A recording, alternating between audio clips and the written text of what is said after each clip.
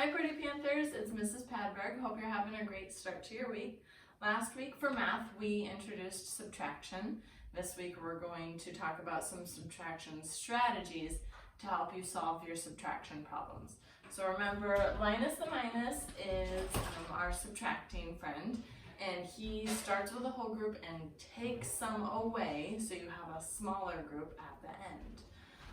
Some other words for Linus minus are taking away or less, minus, subtraction. This week we're going to learn some subtraction strategies to help us when we're solving those problems.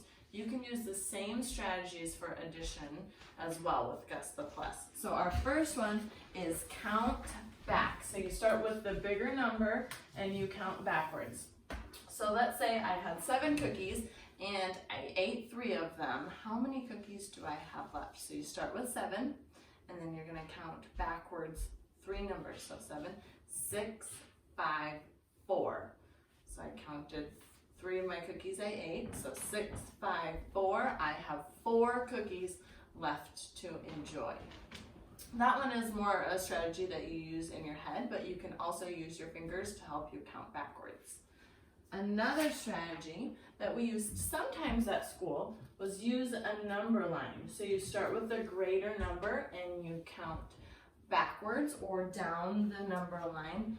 And I like to use a clothespin when I do this to help me remember to stay on the right number. So let's use that same number sentence.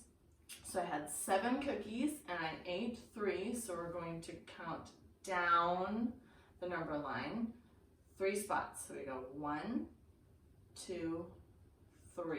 So we had 7 cookies and I ate 3. Now I have 4 cookies left to enjoy. So that's the number line.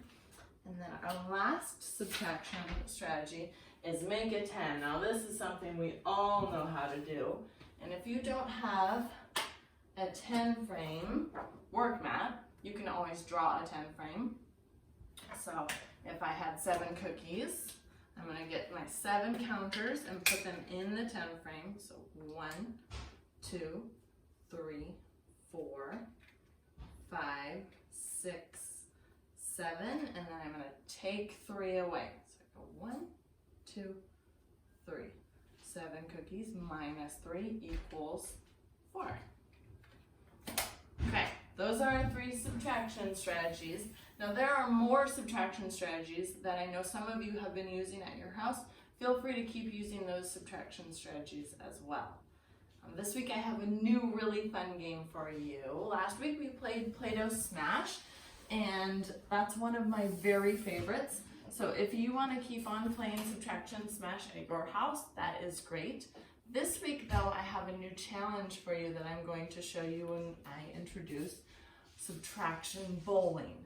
If you don't have bowling pins at your house, you can always make them. You can use toilet paper tubes or paper towel tubes, or take a piece of paper and roll it up and then just put a piece of tape or glue.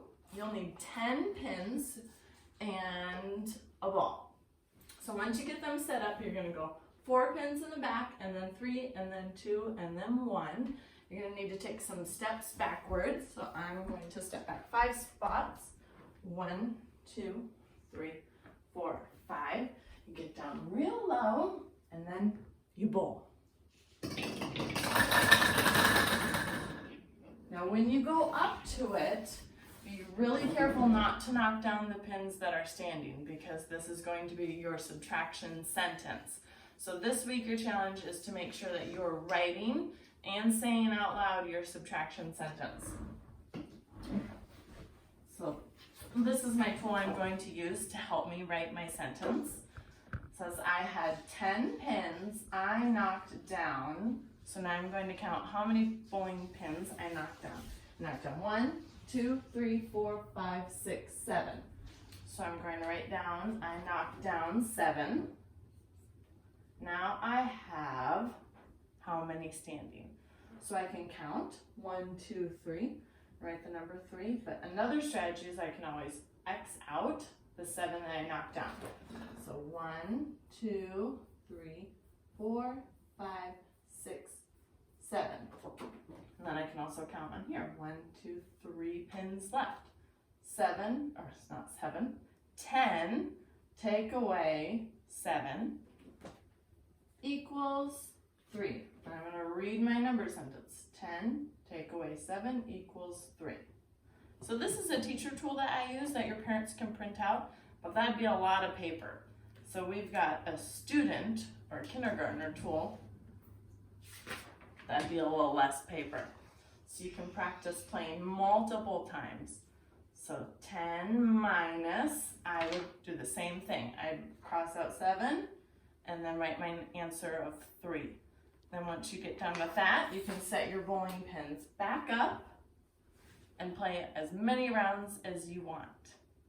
Okay, so that's it for this week for subtraction, but we do have a chick check-in, so check back with me in just 1 second.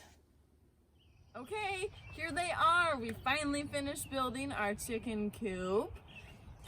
Come on back. This is their run where they hang out all day long. This is their favorite part of the day. We let them out in the morning and they get to range and forage for worms and seeds and nuts all day long. And then at the end of the day, they go inside their coop, climb up the little ladder and go roost and sleep all together nice and safe. So this is the last week for the chick check-in because they're almost all grown up. Have a great week.